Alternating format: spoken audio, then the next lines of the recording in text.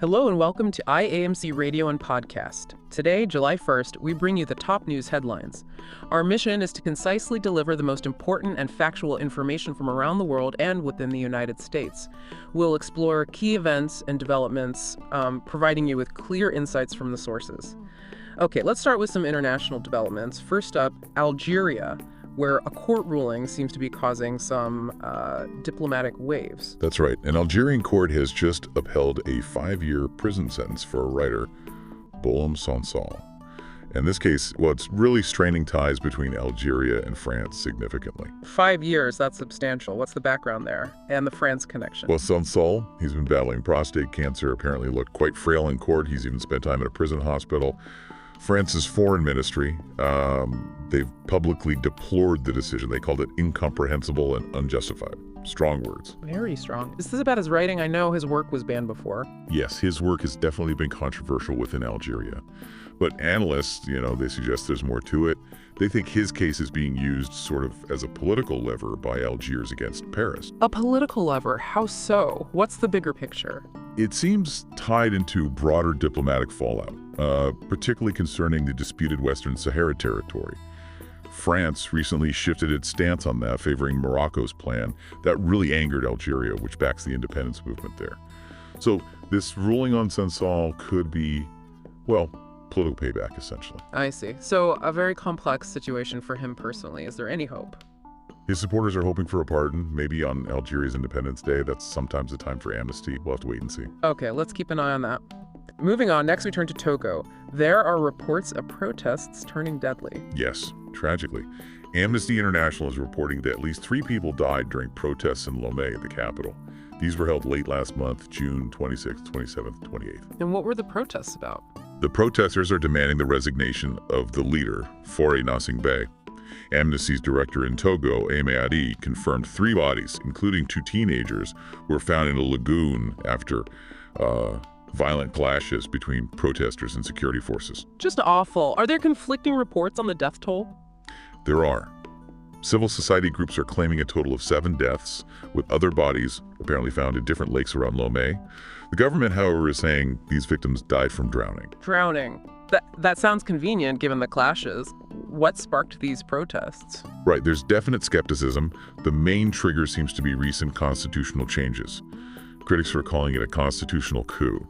Essentially, these changes allow Gnassingbé, who's ruled since 2005, to stay in power indefinitely. How did that work? Through a new role, president of the Council of Ministers, it effectively bypasses term limits. People see it as undermining democracy. A constitutional coup, that really explains the anger. Okay, let's shift focus now to the Mediterranean. Greece and the EU are dealing with migration issues again. Yes, it's an ongoing challenge. The EU's Commissioner for Migration, Magnus Runner, says Europe will adopt a firm approach with Libya. This is because there's been a surge in illegal migration across the Med. A firm approach. What does that mean in practice? Well, Commissioner Brunner is heading to Libya next week. He'll be joined by officials from Greece, Italy, and Malta. The idea is to really pressure Libyan authorities to take tougher measures, to stop migrant boats from leaving for Europe. Is there a specific route causing concern? Yes, there's been an increase in these very dangerous crossings from Libya towards the Greek island of Crete. It's a perilous journey. This follows that horrific incident last year, 2023, where hundreds died when a fishing trawler sank off Greek waters. It originated from Libya. A terrible reminder of the risks. Will they meet with different factions in Libya? That's the plan. They intend to meet with both the UN-recognized government in the West and the rival authority in the East, trying to get everyone on board. Makes sense. Okay, from the Mediterranean, let's go to South Asia now. A terrible industrial accident in India. Yes, truly devastating news from India's southern state of Telangana. The death toll from a huge explosion and fire at a pharmaceutical factory has now risen to at least 36. About 36 more are injured. 36 dead. Horrific. Where did this happen? He was at Sagachi Industries, which is located in an industrial area near Hyderabad. Fire officials recovered 34 bodies from the site itself, just charred remains, and 2 more workers died later in the hospital from their injuries. Did they know what caused it? The blast happened in the spray dryer unit. That's where they process raw material into powder for drugs. It's a high-risk area. The factory's main manufacturing infrastructure was severely damaged, and they've halted operations for 90 days. India's a major drug supplier globally. Are accidents like this common? Unfortunately, India does see industrial accidents in these types of factories more often than you'd hope. It really underscores the need for much stricter safety protocols, especially given their global role in generic medicines and vaccines. A vital industry, but clearly with safety risks needing urgent attention. Okay, let's turn to Southeast Asia. Thailand's prime minister is facing trouble. Yes, quite a development there. Thailand's constitutional court has suspended Prime Minister Paetongtarn Shinawatra from office. This is while they conduct an ethics investigation into her conduct. Suspended? What's the investigation about? It stems from a leaked phone call she had with a senior Cambodian leader, Hun Sen. It was about a border dispute where a Cambodian soldier was killed. Critics say her tone in the call was too deferential, not appropriate for a PM. The Shinawatra name rings a bell in Thai politics, doesn't it? There's a history there. Absolutely. This adds to Thailand's long history of political instability, especially around the Shinawatra family. She's actually the third member of that family to face potential removal from the PM's office. Her father, Thaksin, her aunt, Yingluck, both removed. So this highlights that ongoing tension between the establishment and the Shinawatras. Exactly. It's that deep-seated conflict between the conservative establishment military elites and the political influence of her family, who have strong popular support. A very precarious situation for her, then. Definitely. The court's reviewing the petition, and she's suspended immediately while that happens. We'll see how it plays out. Okay. Now, let's move back to Africa, specifically Nigeria. Some concerning security reports. Yes. Starting with a quite startling claim from a local leader in Kwara State. The Emir of Yashikira, Alhaji Umar Sariki Usman, made some serious allegations against Nigerian military personnel deployed there. Oh, what did he allege? He said in an interview that soldiers in his community often just abandon their motorcycles and, well, flee when terrorists attack. Flee? That's shocking. Did he elaborate? He expressed deep frustration, said the military just can't seem to confront the terrorists effectively.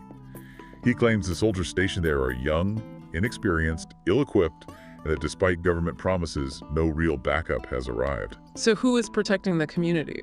It seems to be falling on local vigilantes, who are themselves poorly equipped.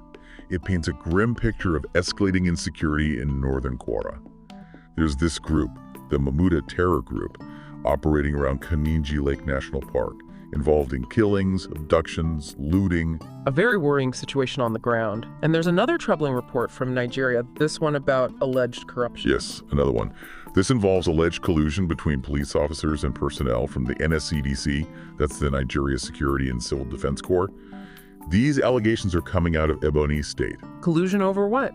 It's alleged they worked together to cover up the sale of a newborn baby for 25 million naira. Selling a newborn? That's horrifying. And law enforcement allegedly involved in the cover-up. That's the allegation, yes. Yeah. A staggering amount of money and deeply disturbing claims about corruption reaching into, well, the most unthinkable crimes. It raises serious questions about institutional integrity. Truly disturbing. Okay, let's shift now to the United States for some national headlines. First, a major action against healthcare fraud. That's right. The Justice Department has announced a really significant takedown.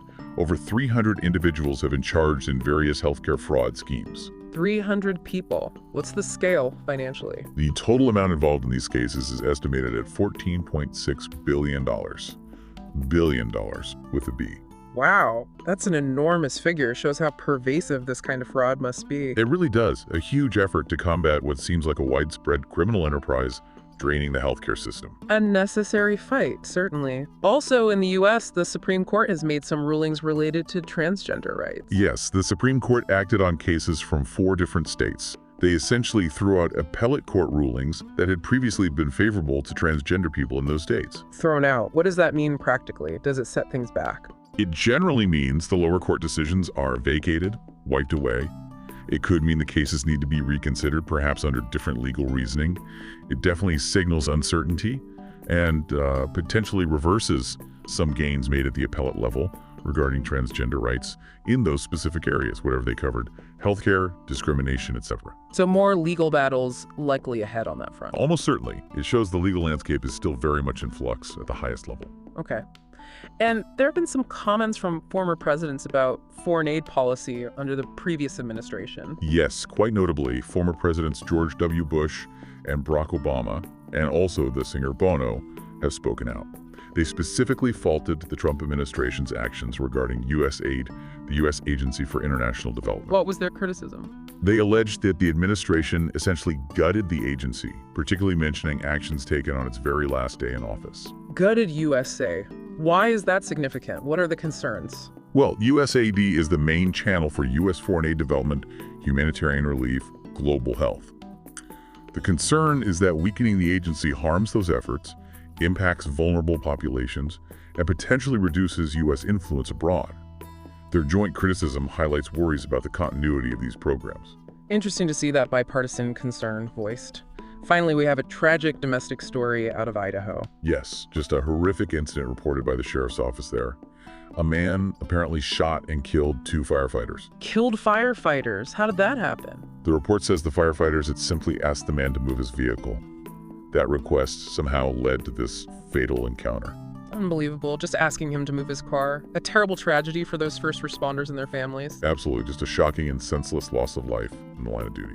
That concludes our summary of today's top news headlines on IAMC Radio and Podcast.